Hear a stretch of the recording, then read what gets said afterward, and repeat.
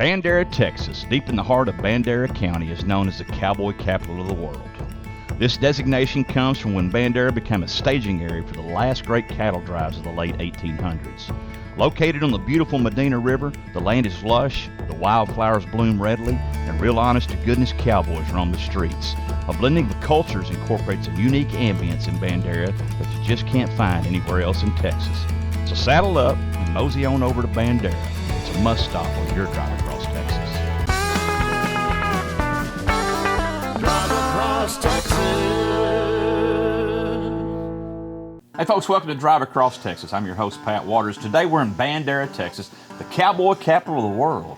And we're at the Frontier Times Museum with Miss Rebecca. How are you doing? I'm just fine. How are you today? I am awesome. Man, what a cool place. It really is. We were voted one of the 10 weirdest museums in Texas, and we're rather proud of that. Well, that's awesome. You know, the building was actually originally built for the museum. When was it built? It was built in 1933. It's actually made of local limestone.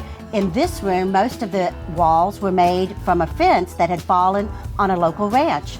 And the ranch owner told our museum founder, if you come pick up the rock, you can have it for your museum. And he did. The museum was actually named after a magazine that Mr. Hunter was publishing at the time when he opened the museum. He was publishing the Frontier Times magazine, which dealt with pioneer history, cowboy history, outlaw history. Majority of it's from down in this area, right? Well, not necessarily. We really do have objects from all over the world. So it is a true cabinet of curiosities. Our museum founder, J. Marvin Hunter, when he started the museum, he did not want to say no to anything that walked in the door. He thought if it was important to the person bringing it to him, it would be important to everyone who came into the museum. So we have things not only from Bandera in the Texas Hill Country, but we also have objects from Peru. We have a shrunken head from the jungles of Ecuador. So we have things from all over the world. Tell me the process. If somebody wants to bring something or donate, what do? They just come up here and do they speak with you, or what do they do? They do. Now we have a collections plan now. We do limit ourselves today for objects that do pertain to the history of Bandera or the history of the Texas Hill Country or cowboy history. As you can see, our walls, we are busting out of our walls. So we have to be a little bit more discerning today on what we take into the museum. Miss Rebecca, you mentioned a while ago that you've been in the museum industry for almost 30 years now. I've been 12 here at this location. And I'm just dying to ask you, what is your favorite piece in here?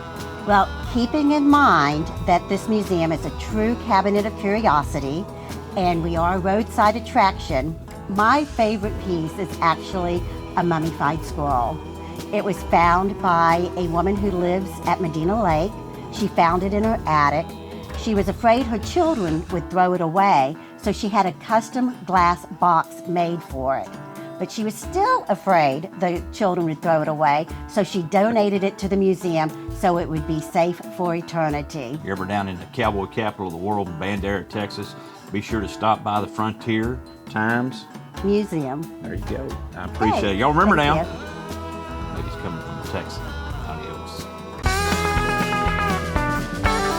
Drive across Texas.